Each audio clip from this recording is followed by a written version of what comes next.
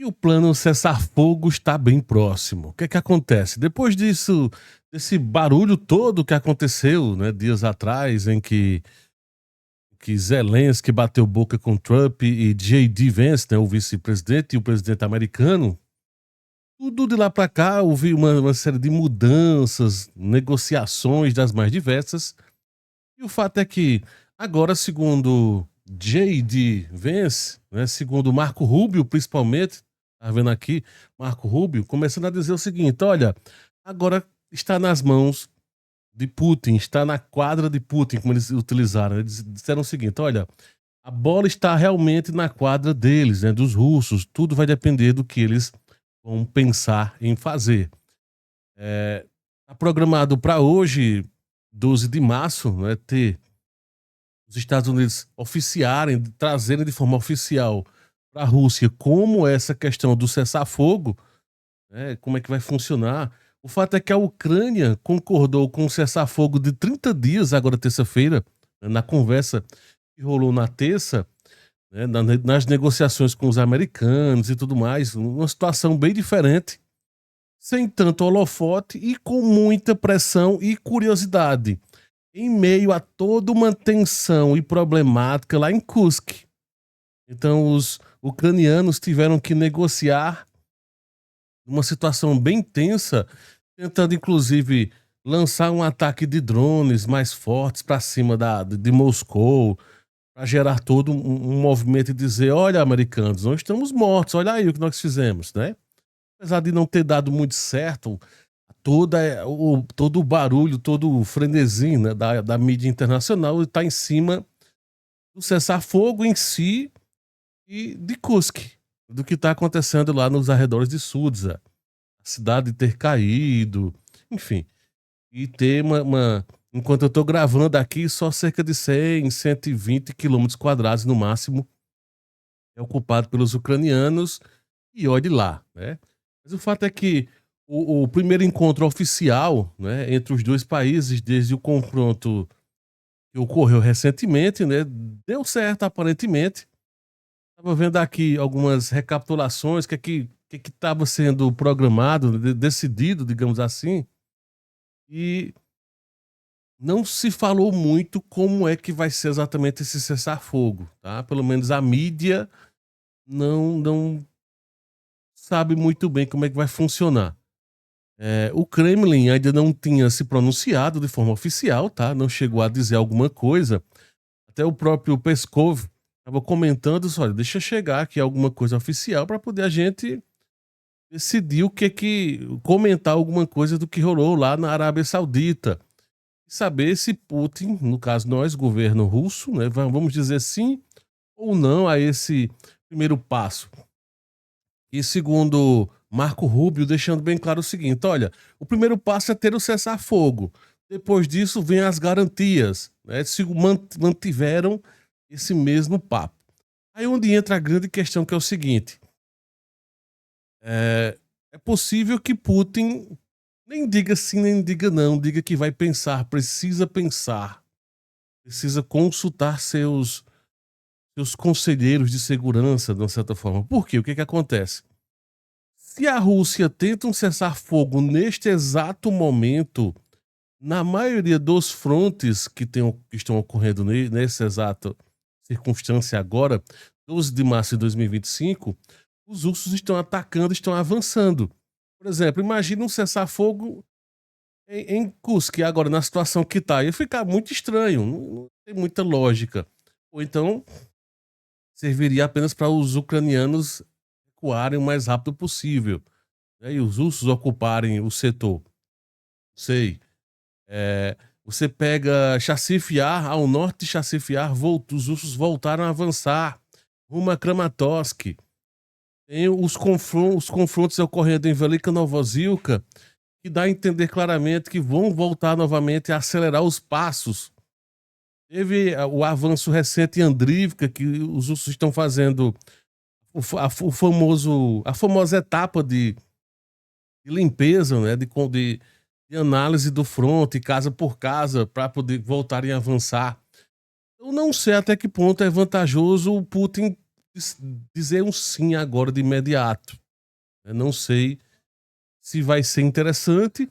E aí onde entra a grande questão, que é o seguinte: qual é o teor?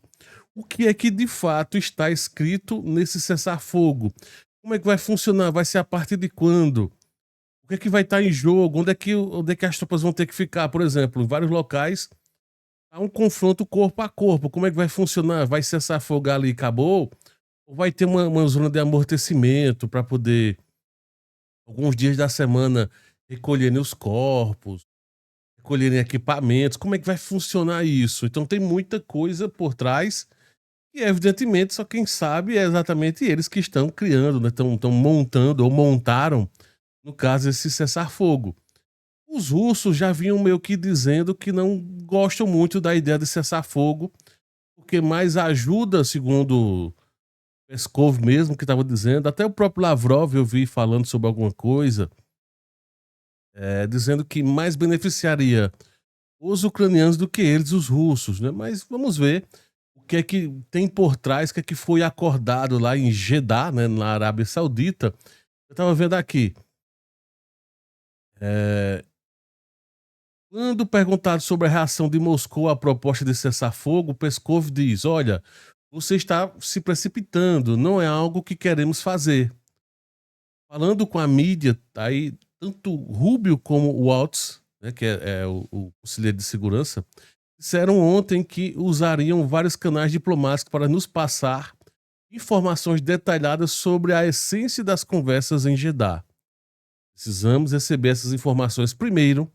Também temos contatos agendados com os americanos nos próximos dias, durante os quais esperamos receber informações completas, disse o porta-voz do Kremlin, Dmitry Peskov. Então, tudo vai depender.